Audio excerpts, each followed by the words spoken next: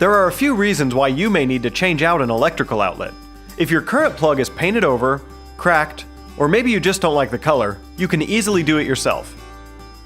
Please note, this video only covers changing electrical outlets for aesthetic reasons. If your outlet does not function from issues such as a short or a fire, then you should not attempt to replace it and should instead consult a professional electrician.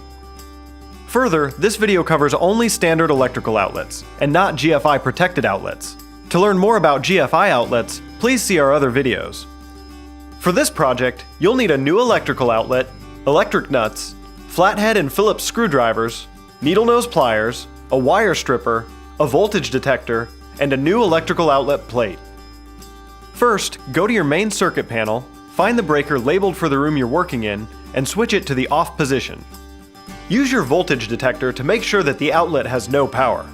Next, unscrew and remove the plate. Carefully unscrew the screws at the top and bottom of the outlet that hold it in the junction box. Gently pull the entire outlet out of the wall. Make a visual inspection.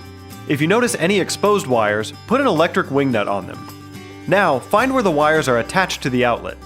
If it's an old receptacle, you may have to insert a screwdriver in the side to release the wires. On newer receptacles, loosen the screws on the sides just far enough to release the wires. If you can't release them, clip them close to the connection and then carefully strip away the insulation to expose the copper. Make sure the wires aren't frayed at all. If they are, clip the wire and insulation for a clean connection. Curve the wires around the screws, black wires on the hot side and white wires on the other. Be sure to check for labeling on the back. This particular outlet says hot wire on the side with gold screws. Make sure you also attach the ground wire.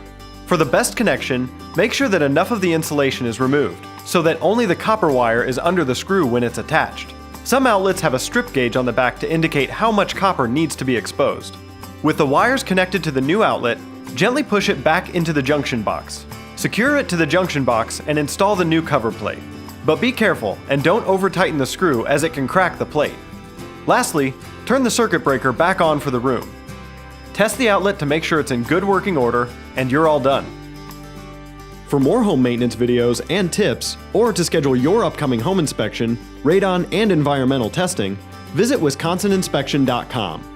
Tri-County Home Inspection, providing Wisconsin's premier home inspection services.